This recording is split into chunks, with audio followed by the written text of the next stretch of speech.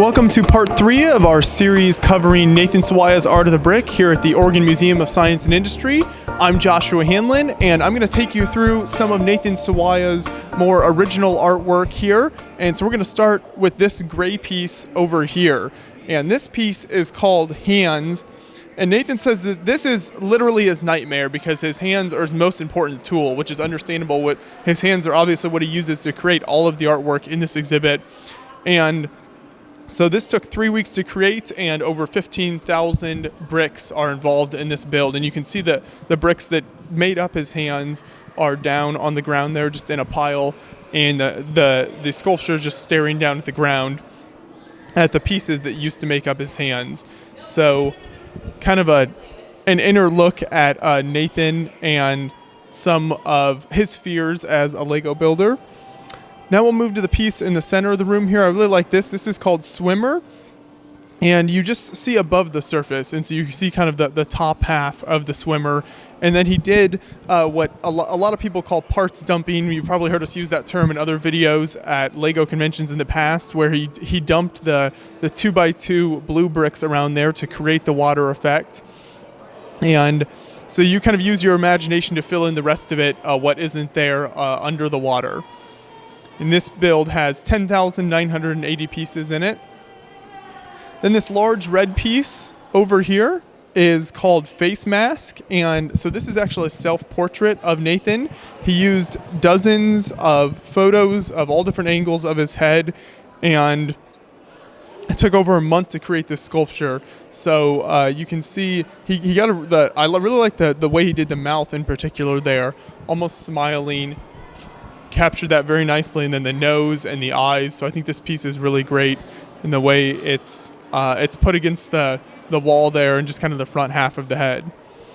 Then we'll move over here to the piece on the wall called Rain, and according to Nathan, this piece originally started out as teardrops, but then as he kept moving along, it kind of turned more into rain, and has that 3D effect on the Lego frame and canvas there as he experimented with doing more 3D type builds.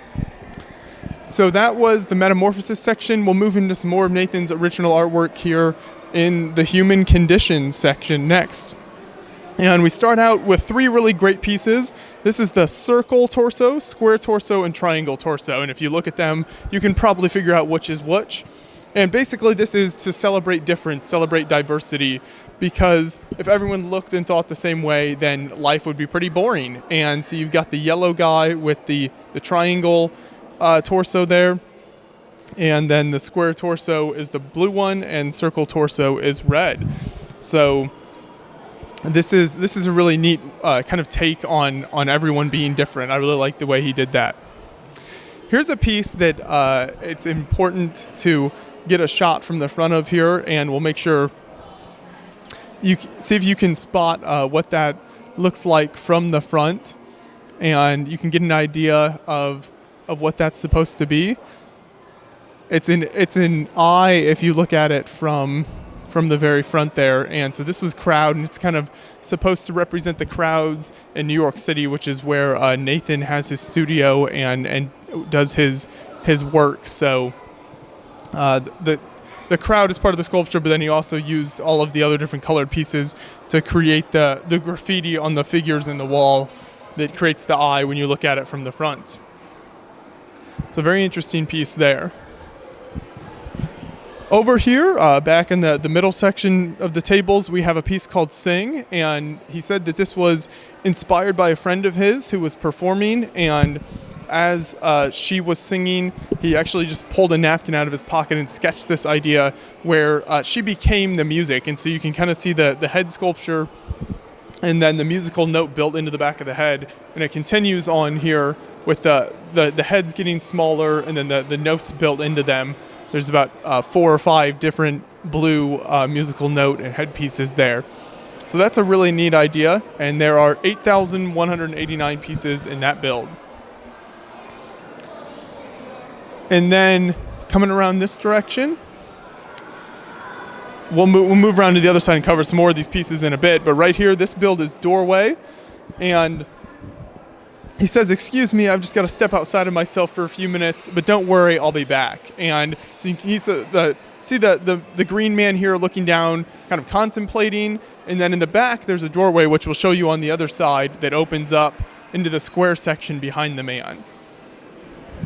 Here we have everlasting, love lives forever, and so these two figures holding hands, love lives into full age and baldness and all of that. So that's kind of his depiction of everlasting love there. Very unique take on that, and I think that he captured all the different parts with that perfectly with the red bricks.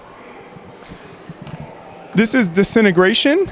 Beware the winds of life that nibble away at your sense of self. Stay strong is what he says about this piece. So over 10,000 pieces in this build, and I really like the way he built the man into the red background and then had the Lego pieces coming off. Lego is a great medium for a build like this, and kind of the gradual disintegration and piece by piece coming off the man there. I think Lego works really well for that type of artwork. And he did a nice studs knot on top, or snot as it's commonly called in the Lego community. So this whole background here, and even the man, is all built kind of with studs on the side. Over here, nice orange piece. You don't see orange used that much in a lot of builds, called Step Ladder. And it says sometimes when you're looking for a step up, you don't have to look any further than yourself. And so it's a man kind of morphed into the step ladder here. And I really like the way he did this with the arms going up and becoming the step ladder, then the man walking up. I think he captured that really nicely. Green torso. And the green torso lifting his head off. And so this is a very interesting piece because he has to make it structurally strong enough so that the arms and all of that morph with the head and can hold that up off of the neck there, because the head isn't on the base of the neck. And I think he did a great job with that. And just really amazing the way he was able to get the head lifted up in midair like that. Here's a piece called Untitled, and this is kind of a depiction of children when they want to be invisible, kind of covering their eyes, and how sometimes even as adults people will do that. And so you can see the man covering his eyes there, sort of looking down.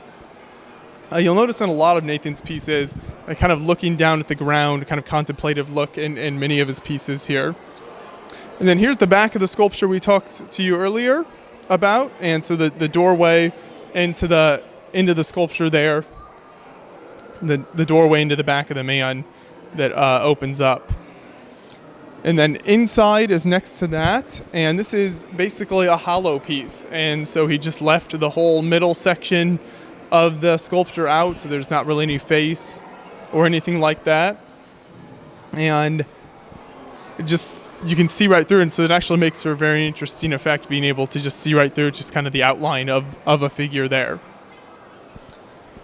So this is the whole section on the human condition. And then next, we're going to take you in the next part through the darkness, which is some more of Nathan's original artwork.